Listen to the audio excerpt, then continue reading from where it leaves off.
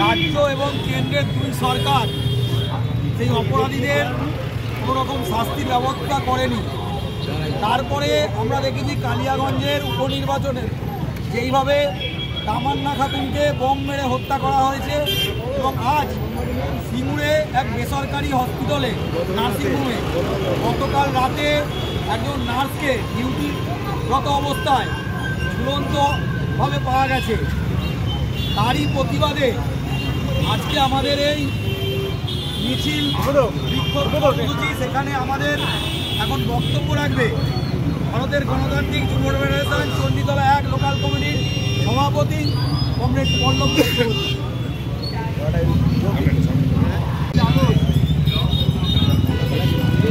কলকাতার আরজিকর নামি দামি সরকারি হসপিটাল আরজিকর, সেখানে হচ্ছে একজন চিকিৎসক সে কর্তব্যরত অবস্থায় তার মৃতদেহ পাওয়া যায় এবং সরকার চেষ্টা করে সেই মৃতদেহটাকে পরিবারের হাতে তুলে না দিয়ে তড়িঘড়ি তার দাহ করে দেওয়ার চেষ্টা করে। সেই খবরটা যখন পায় আমাদের বাম ছাত্র যুব নেতৃত্ব, তখন তারা আরজিকর মেডিকেল হসপিটালের সামনে গিয়ে পৌঁছায়। তখন দেখতে পাওয়া যায় যে সরকারের মদতে তারা গাড়ি নিয়ে সেই লাশ নিয়ে তারা বেরিয়ে যাচ্ছিল।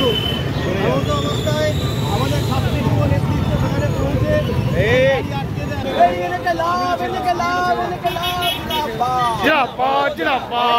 এক বছর অতিক্রান্ত তাও দোষীরা শাস্তি পেল না, কার সঙ্গে প্রশাসন জবাব চাই, জবাব দাও।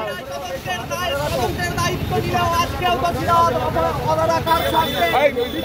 সরকার জবাব দাও। এই কনসেন্টিং রক্ষার্থে আজও দোষীরা বাইরে ধর্ষকদের দালাল না, জবাব দাও।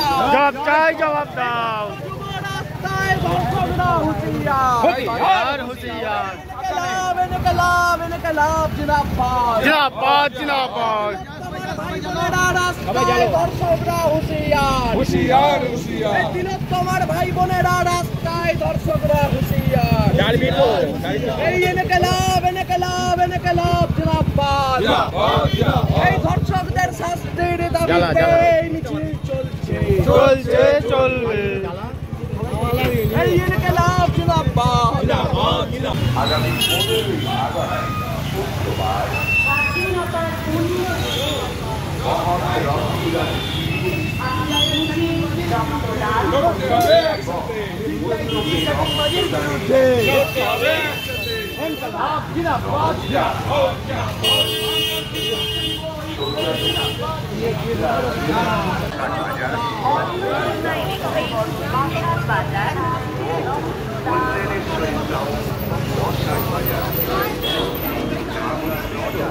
আগামী 15ই আগস্ট শুক্রবার মহৎ রক্তদান শিবিরে আপনি নিজে রক্তদান করুন এবং অন্যকে রক্তদান